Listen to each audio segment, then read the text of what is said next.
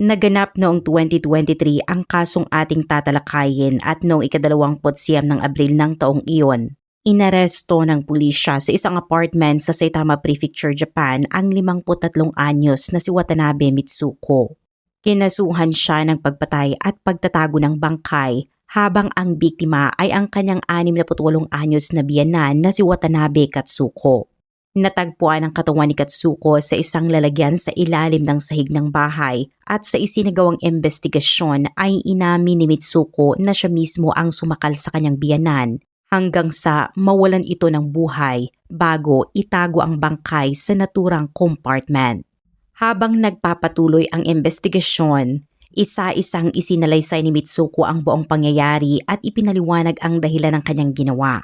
Gayunpaman, nang maisa publiko ang kanyang testimonya, marami ang nagulat dahil sa halip na puro pagkondena ang matanggap niya, mas maraming tao ang nagpahayag ng simpatya at pag-unawa sa kanyang pinagdaanan.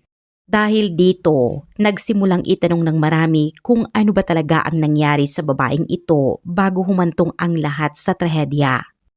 Bago mangyari ang lahat ng ito ay payapa ang buhay ni Mitsuko kasama ang kanyang asawa at anak na lalaki sa Niigata Prefecture. Bagamat hindi sila mayaman ay sapat ang kanilang kinikita upang mamuhay ng maayos bilang isang maliit na pamilya na may 3 miyembro. Ngunit nagsimulang magbago ang lahat noong 2014 nang magpasya silang lumipat sa Saitama Prefecture. Pagkatapos ng kanilang paglipat, hindi na sila namuhay ng hiwalay dahil kinailangan nilang tumira kasama ang biyenan niyang si Katsuko at ang 2 nitong anak na babae. Dahil dito, biglang naging 6 ang nakatira sa iisang bahay. Mula rito ay unti-unting nagsimulang lumitaw ang iba't ibang suliranin lalo na pagdating sa kanilang pananalapi. Sa 6 na miyembro ng pamilya, ang asawa lamang ni Mitsuko ang may regular na trabaho at ang pangunahing pinagkukunan ng kita. Bagamat nagbibigay ng humigit kumulang $200 bawat buwan ang isa sa kanyang mga hipag, hindi iyon sapat upang matustusan ang gastusin ng 6 na tao sa loob ng bahay. Samantala, ang iba pang miyembro ng pamilya ay walang sariling pinagkakakitaan o kakayahang magbigay ng suportang pinansyal kaya't palaging kapos ang kanilang kabuhayan. Kapansin-pansin din na buwan-buwan ay tumatanggap ng pensyon si Katsuko. Gayunpaman, hindi siya naglalaan kahit isang sentimo para sa gastusin ng buong pamilya dahil itinatabi niya ang lahat ng perang iyon para lamang sa kanyang sarili. Bukod dito, labis ang kanyang pagkahumaling sa pera at itinuturing niyang hindi maaaring galawin ang sarili niyang ipon. Sa tuwing kinukulang ang kanilang gastusin, hindi niya sinusuri ang sarili niyang pananagutan kundi si Mitsuko ang kanyang sinisisi. Itinuturing ni Katsuko ang sarili bilang pinakamataas na otoridad sa pamilya Watanabe at naniniwala siyang siya ang dapat masunod sa lahat ng pagkakataon. Dahil dito, nagsimula niyang tratuhin ng napakasama ang kanyang manugang. Habang lumilipas ang panahon, unti-unting napilitan si Mitsuko na mamuhay na parang isang katulong sa mismong bahay na kanyang tinitirhan.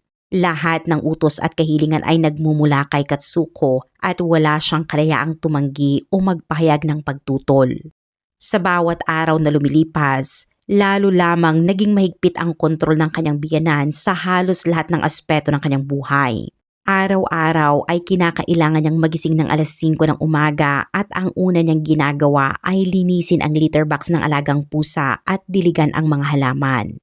Pagkatapos nito ay kailangan niyang mag-alay sa altar ng pamilya, maghanda ng almusal para sa lahat at gumawa rin ng mga baong pagkain para sa kanyang asawa at hipag na papasok sa trabaho. Gayunpaman, kahit ang simpleng paghahanda ng baon ay may mahigpit na patakarang dapat sundin. Mahigpit na ipinag-utos ni Katsuko na ang bawat baon ay dapat may 3 kulay, pula, dilaw at berde upang maging kaaya-ayang tingnan ng ibang tao. Bukod pa rito ay kailangan ding eksaktong sundin ni Mitsuko ang dami ng pagkaing iniuutos para sa hapunan at ipinagbabawal na maulit ang anumang ulam na inihain sa mga nakaraang araw. Dahil dito, kahit ang pagluluto ay naging isang mabigat na obligasyong may mahigpit na pamantayan. Hindi lamang ang pagkain ang kailangang bantayan dahil maging ang oras ng paglabas at pag-uwi ng bawat miyembro ng pamilya, ang kanilang kinakain at maging ang dami ng beses na gumagamit ng litter box ang alagang pusa ay kailangan niyang iulat. Samantala, ang paglilinis ng bahay, paglalaba at iba pang gawaing bahay ay inaasahan na gagawin niya ng hindi na kailangang utusan. Pagsapit naman ng 9:00 ng gabi, kinakailangan niyang magdala ng isang papel na nagsasaad na nasunod niya ang lahat ng utos sa araw na iyon at personal itong iharap kay Katsuko bago tuluyang matapos ang kanyang araw. Sa paglipas ng panahon ay tuluyan ng nakontrol ni Katsuko hindi lamang ang kilos kundi maging ang pag-iisip ni Mitsuko. Dahil sa walang tigil na paghihigpit at pang-aapi, unti-unti siyang nawala ng lakas ng loob hanggang sa hindi na niya kayang tumingin ng diretso sa mukha ng kanyang biyenan. May mga araw ding halos hindi na siya makasagot ng maayos sa tuwing kinakausap ito. Sa bawat pagkakataong hindi agad makasagot si Mitsuko ay sinasaktan siya ni Katsuko habang sinasabing hindi siya sumasagot ng tapat o hindi siya marunong tumingin sa kausap. Habang paulit-ulit itong nangyayari, lalong tumindi ang takot at kawalan ng pag-asa na namuo sa kanyang isipan. Dahil dito, gaano man kasakit o kawalang katarungan ang mga salita at ginagawa ng kanyang biyenan ay hindi na siya nangahas na lumaban o sumagot.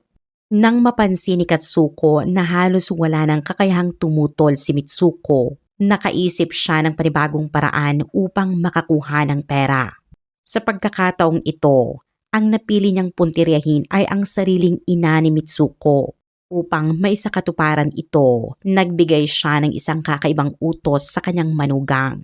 Inutusan ni Katsuko si Mitsuko na umarte na parang isang artista. Kinailangan niyang isaulo ang mga ito at sabihin sa kanyang ina ang mga katang-isip na pangyayari upang makahingi ng pera.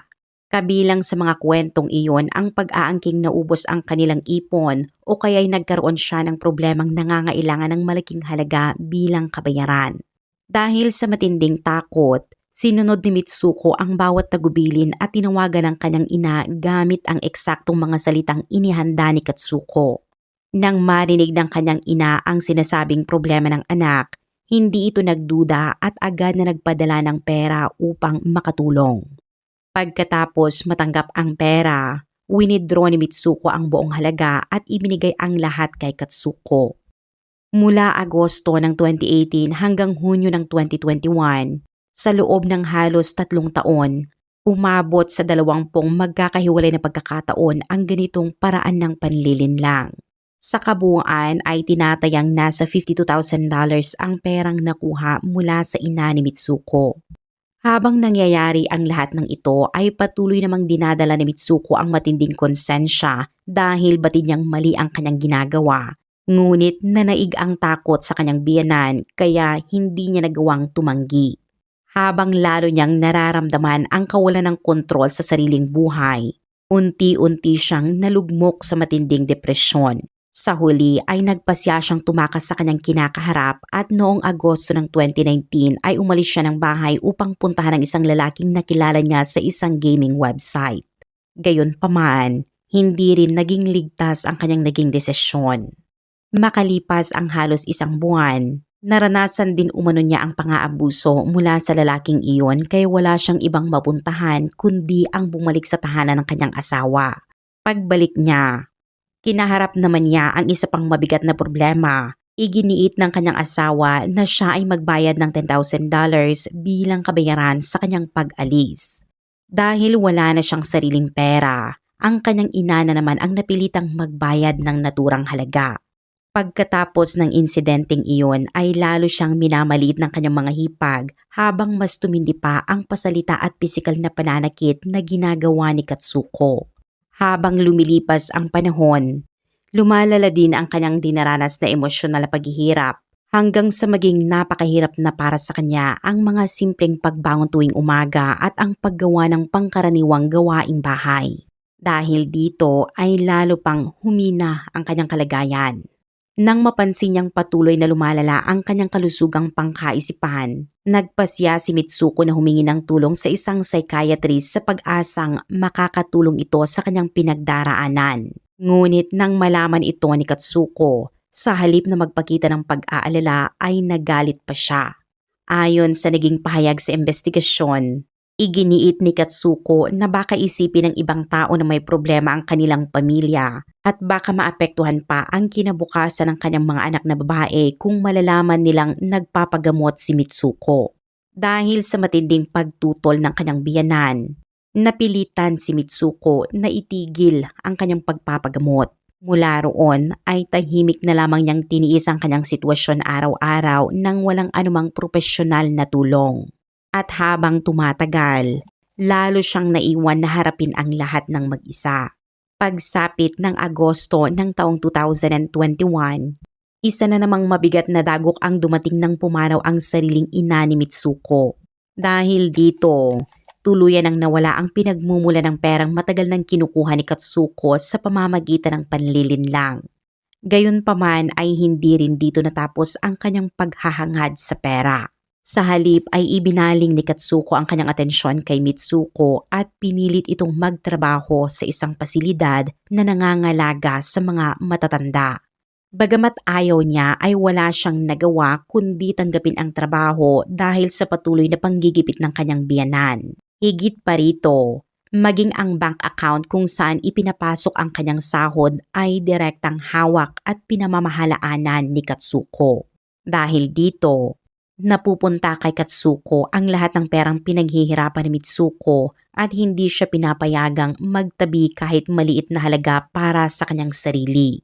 Ngunit noong Pebrero ng taong 2022, huminto si Mitsuko sa kanyang trabaho sa isang dahilang hindi isinapubliko at dahil dito, muli na namang naputol ang pinagkukunan ng perang inaasahan ni Katsuko. Hindi napigilan ni Katsuko ang kanyang galit kaya lalo pa niyang pinapahirapan ang kanyang manugang. Madalas siyang pumasok sa silid ni Mitsuko upang magkalat ng mga gamit habang paulit-ulit siyang tinatawag ng mga mapanlait na katawagang katumbas ng pabigat at walang silbi. Gayunpaman, ayon sa naging salaysay ni Mitsuko, ang pinakamasakit sa lahat ay nang itapon ni Katsuko ang litrato ng kanyang yumaong ama. Isang napakahalagang larawang nagpapakita ng bihirang pagkakataong nakangiti ito ng maliwanag noong ito ay buhay pa. Para kay Mitsuko, ang litratong iyon ay isang napakahalagang alaala na hindi matutumbasan ng anumang halaga. Gayunpaman, walang pag-aalinlangang nilukot ni Katsuko ang larawan at itinapon ito sa basurahan. Kaya nang makita ni Mitsuko ang sinapit ng litrato ng kanyang ama, tuluyan siyang natigilan at hindi agad nakapagsalita. Pagsapit ng Marso ng 2023, nagsimula namang paulit-ulit na igiit ni Katsuko ang isang kahilingang hindi maunawaan ni Mitsuko. Madalas nitong sabihin na dapat ay ibigay ni Mitsuko ang sinasabing $10,000 na umano'y itinatago nito. Ngunit bakit bigla na lamang niya hinihingi ang ganoong kalaking halaga at bakit eksaktong $10,000 ang kanyang ipinipilit? Upang maunawaan ito, kinakailangang balikan ang isang pangyayaring naganap ilang taon bago nito. Noon ay gumawa si Katsuko ng isa na namang katang-isip na kwento upang makahingi ng pera mula sa ina ni Mitsuko, kung saan ipinapasabi niya na nasangkot umano si Mitsuko sa isang insidente at kailangan niyang magbayad ng kabuang $20,000 bilang kabayaran. Pagkatapos isaulo ni Mitsuko ang kwentong iyon, pinilit siyang bumiyahe papuntang Niigata upang personal na makiusap sa kanyang ina at kunin ang hinihinging pera. At habang nasa biyahe si Mitsuko, naghihintay naman si Katsuko sa bahay hanggang sa siya ay makabalik. Pagdating pa lamang ni Mitsuko ay agad nitong hinalungkat ang kanyang bag at kinuha ang lahat ng perang kanyang dala.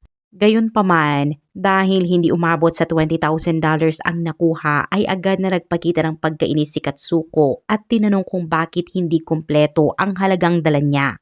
Dahil dito ay muli niyang inutusan si Mitsuko na hingin pa ang natitirang $10,000 sa kanyang ina. Sa huli, napilitan na naman si Mitsuko na lumapit sa kanyang ina at kahit mabigat para rito ang sitwasyon, nagpadala pa rin ito ng karagdagang humigit kumulang $13,000.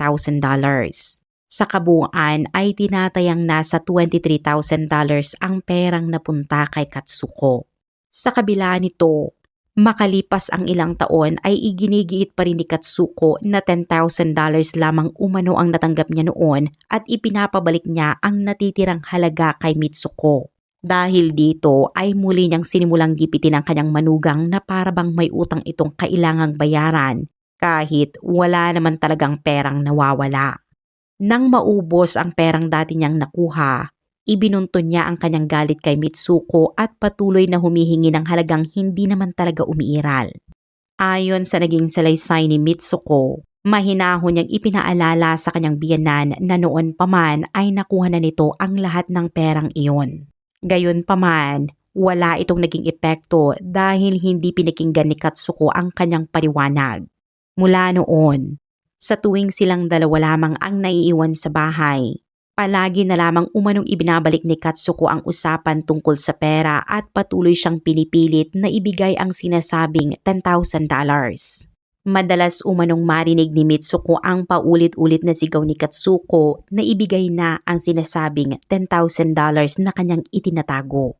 At sa tuwing natatapos ang mga salitang iyon, agad itong sinusundan ng matinding pananakit. Ayon sa naging investigasyon, nakaranas si Mitsuko ng mga suntok sa mukha, pananaksak gamit ang kutsilyo at maging pagwisik ng bleach sa kanyang mga mata. Hindi lamang doon nagtapos ang lahat dahil nagsimula ring magdikit si Katsuko ng mga papel na may mapanirang mensahe tungkol kay Mitsuko sa iba't ibang bahagi ng bahay. Nakasulat sa mga ito na hindi umano nagagampanan ni Mitsuko ng maayos ang mga gawaing ipinapagawa sa kanya bilang tagapag-asikaso ng bahay dahil sa kanyang psoriasis at paulit-ulit din siyang tinatawag na sinungaling. Ipinaskil ang mga mensaheng ito sa mga kasangkapan, dingding, pinto at maging sa refrigerator upang palagi itong makita. Habang tumatagal ay lalo lamang lumalala ang emosyonal na paghihirap ni Mitsuko dahil araw-araw niyang kinakailangang tiisin ang ganitong pagtrato. Naging karaniwan na ang kanyang kawalan ng tulog at nagsimula ring magkaroon ng hindi maipaliwanag na mga pantal sa kanyang katawan. Gayunpaman, ayon sa kanyang salaysay, ang pinakamabigat niyang dinadala ay ang matinding konsensya tungkol sa kanyang sariling ina. Noong Hulyo ng taong 2021, isang buwan bago pumanaw ang kanyang ina, muli siyang inutusang tumawag dito upang humingi na naman ng pera. Ngunit sa pagkakataong iyon, iba ang tono ng boses ng kanyang ina dahil sinabi nitong siya ay nasa ospital na. Pagkaraan nito, ipinahiwating ng kanyang ina na marahil ay tungkol na naman sa pera ang dahilan ng pagtawag ni Mitsuko at iyon na pala ang huli nilang pag-uusap. Mula noon ay hindi na wala sa isip ni Mitsuko ang alaalang iyon at lalo lamang siyang nilamon ng matinding konsensya. Wala rin umano siyang mapagsabihan o mapagkuhanan ng emosyonal na suporta. At habang lumilipas ang panahon, patuloy niyang kinimkim ang lahat ng kanyang nararamdaman ng mag-isa. Samantala, ayon sa naging investigasyon ay tila walang gaanong pakialam ang kanyang asawa sa kanyang kalagayan. Naniniwala itong mahigpit lamang si Katsuko, ngunit isa itong mapagmahal na ina at lola na inuuna ang kapakanan ng pamilya. Bukod dito ay hindi rin naging malapit sa kanya ang kanyang mga hipag at mababa rin ang tingin ng mga ito sa kanya. Isa pang mahalagang natuklasan ng mga investigador ay ang paraan ni Katsuko ng pagtrato kay Mitsuko. Lumalabas na hindi umano siya nananakit o nang aalipusta kapag naroon ang iba pang miyembro ng pamilya.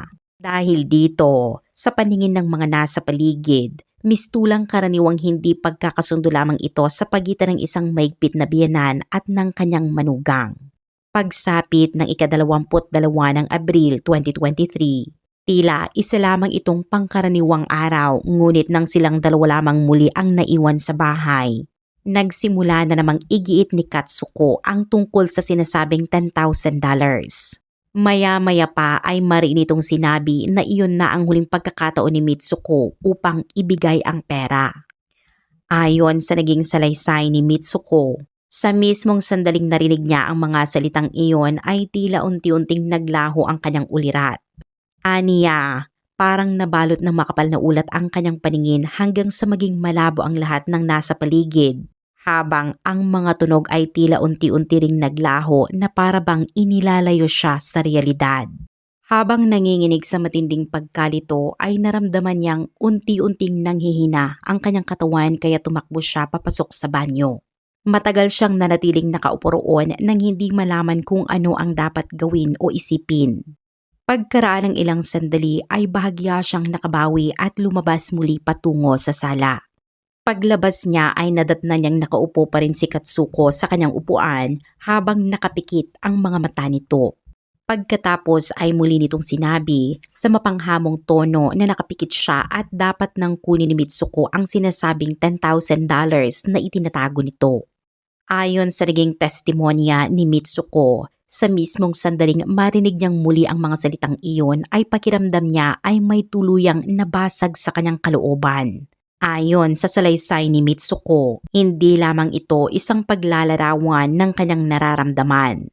Aniya ay para talaga siyang isang lubid na matagal nang hinihila hanggang sa tuluyan na lamang mapatid. Sa sandaling iyon ay gumuho ang huling hangganan ng kanyang katatagan na matagal niya nang pilit pinanghahawakan. Sa gitna ng matinding pagkalito ay napahawak siya sa isang plastik na tali na nasa malapit. Habang nakapikit pa rin si Katsuko at nakaupo sa kanyang silya, ipinulupot ni Mitsuko ang tali sa leeg nito at patuloy niyang hinigpitan ang paghawak at hindi na ito binitawan. Hindi nagtagal ay nawala ng malay si Katsuko at bumagsak mula sa kanyang kinauupuan. Sa pagkakataong iyon lamang tuluyang nagpanik si Mitsuko at napagtanto ang bigat ng nangyari. Ilang beses umano niyang tinawag ang pangalan ng kanyang biyenan, ngunit wala na itong naging tugon kaya kinailangan niyang tanggapin ang katotohanang wala na itong buhay. Pagkatapos nito ay isinagawa ni Mitsuko ang pagtatago sa katawan ni Katsuko sa paraang inilarawan ng mga investigador bilang kalmado at planado. Binalot muna niya ng plastik ang ulo ng kanyang biyenan bago hinila ang katawan nito gamit ang laylayan ng damit patungo sa isang lagayan sa ilalim ng sahig. Pagkatapos ay inalis niya ang plastik na lalagyan na nagsisilbing takip, inilagay ang katawan sa loob at ibinalik muli ang takip sa dating pwesto na parabang walang nangyari. Kapansin-pansin na nang magbigay siya ng pahayag sa pulisya, sinabi ni Mitsuko na malinaw niyang naaalala ang bawat detalye ng prosesong iyon. Ayon sa kanyang testimonya, magkasabay niyang naramdaman ang matinding pagkalito kung ano ang susunod niyang gagawin at ang kakaibang pakiramdam ng paggaan dahil hindi na niya muling maririnig ang paulit-ulit na paghingi ng $10,000. Aniya ay sabay na umiral ang dalawang magkasalungat na emosyon sa loob niya noong mga sandaling iyon. Noong hapong iyon, gaya ng kanyang nakasanayan ay gumawa pa rin si Mitsuko ng pang-araw-araw na ulat na karaniwan niyang ipinapadala kay Katsuko. Gayunpaman, nagkamali siya ng napadalhan at sa halip ay naipadala ito sa kanyang hipag. Agad naman niyang itinama ang sitwasyon sa pagsasabing para sana iyon sa kanyang biyenan at nagkamali lamang siya ng pinadalhan. Pagkatapos nito ay sinubukan pa niyang itago ang tunay na nangyari sa pamamagitan ng paglikha ng mga palatandaang magmumukhang normal pa rin ang pang-araw-araw na gawain ni Katsuko. Kapag may nagtatanong tungkol sa kanyang biyenan, sinasabi niyang nakakain na ito at umalis lamang ng bahay. Dahil dito, naniwala muna ang ilang miyembro ng pamilya na maayos lamang ang kalagayan ni Katsuko. Ngunit habang lumilipas ang mga araw ay nagsimula ring dumami ang kanilang pagdududa. Ilang araw na ang lumipas nang wala ni isa mang nakakita kay Katsuko kaya napansin ito ng isa sa mga hipag ni Mitsuko at sinabi niya ang kanyang hinala sa kapatid nitong asawa ni Mitsuko. Dahil dito, nagpasya silang halugugin ang buong bahay noong umaga ng ika-28 ng Abril. Sa kanilang paghahanap ay natagpuan nila ang katawan ni Katsuko sa lalagyan sa ilalim ng sahig. Agad silang humingi ng tulong sa pulisya at matapos dumating ang mga investigador, sinuri ang pinangyarihan at tupiin ang lahat ng ebidensya kasama ang naging pahayag ni Mitsuko. Formal siyang inaresto kinabukasan, ika-29 ng Abril 2023. Naharap siya sa kasong pagpatay at pagtatago ng bangkay. Sa paglilitis, iginit ng abogado ni Mitsuko na noong mangyari ang insidente ay nasa ilalim siya ng matinding emosyonal at psikolohikal na pressure. Ipinaliwanag ng depensa na ang maraming taon ng umunoy pang-aabuso, pag-iisa sa loob ng pamilya at ang mabigat na konsensyang dala niya matapos ang pagpanaw ng kanyang ina ay unti-unting naipon hanggang sa umabot siya sa isang kalagayang halos wala na siyang kakayahang mag-isip ng maayos. Samantala ay question naman ng prosekusyon kung bakit matapos ang insidente. Sinubukan ni Mitsuko na ipaniwala sa pamilya na buhay pa rin ang kanyang biyenan. Itinuro nila na ang pagpapadala ng mga pang-araw-araw na ulat at ang paggawa ng mga palatandaang tila normal pa rin ang kilos ni Katsuko ay nagpapakita ng sinadyang pagtatangkang pagtakpan ang nangyari. Gayunpaman, ipinaliwanag ni Mitsuko na ang mga iyon ay bahagi lamang ng nakasanayan niyang araw-araw na gawain at hindi umano niya ginawa bilang planong itago ang pangyayari. Muli ring binigyang diin ng depensa na namuhay si Mitsuko sa isang napakahirap na sitwasyon kung saan maging ang kanyang asawa ay hindi umano nagpakita ng malasakit sa kanyang pinagdaraanan. Ayon sa abogado, wala siyang mapagsumbungan at wala ring taong handang tumulong sa kanya sa loob ng mahabang panahon. At dahil dito, hiniling ng depensa sa hukuman na isaalang-alang ang kanyang kalagayan at bawasan ang maaaring ipataw na parusa. Naganap ang paglilitis ni Mitsuko noong 12 ng Pebrero taong 2025 at sa huli ay hinatulan siya ng 7 taong pagkakakulong. Bago nito, humiling ang prosekusyon ng 10 taong sentensya dahil sa paniniwalang walang anumang dahilan ang maaaring magbigay katuwiran sa pagkitil ng buhay. Gayunpaman ay bahagyang kinilala ng hukuman ang argumento ng depensa na si Mitsuko ay umabot sa sukdulan ng kanyang emosyonal na pagtitiis matapos ang maraming taon ng pinagdaraanan. Sa kabila nito, ipinahayag din ng hukuman na bagamat napakahirap ng kanyang sitwasyon, hindi ito umabot sa antas na wala siyang ibang maaaring naging paraan maliban sa pagkitil ng buhay. Dahil dito, pinili pa rin ng korte na panagutin siya sa kanyang ginawa habang isinasaalang ang mga natatanging pangyayari sa kaso. Sa huli ay 7 taong pagkakabilanggo ang ipinataw na hatol. Sa panahon ng paglilitis ay nagharap din ang depensa ng isang mahalagang ebidensya, isang audio recording ng pag-uusap ni Katsuko at Mitsuko na nakasave sa telepono ni Katsuko. Sa naturang recording ay maririnig si Katsuko na galit habang paulit-ulit na inaakusahan si Mitsuko ng pagsisinungaling. Iginigiit na hindi niya natanggap ang sinasabing $10,000 at inuutusan itong iwan ang susi at umalis sa bahay. Nang patugtugin ang recording sa loob ng korte, mahigpit na ipinikit ni Mitsuko ang kanyang mga mata habang tuloy-tuloy ang pagpatak ng kanyang mga luha at nagsimulang manginig ang kanyang buong katawan. Ayon sa mga ulat mula sa paglilitis, malinaw na maging sa mga sandaling iyon. Kahit wala na si Katsuko, nananatili pa rin ang matinding takot ni Mitsuko sa kanyang biyenan. Sapat na umano ang marinig lamang ang boses nito upang muli siyang makaranas ng matinding pagkabalisa. Dahil sa kanyang naging reaksyon, kinailangang personal na tingnan ng hukom ang kanyang kalagayan bago pansamantalang ihinto ang pagdinig.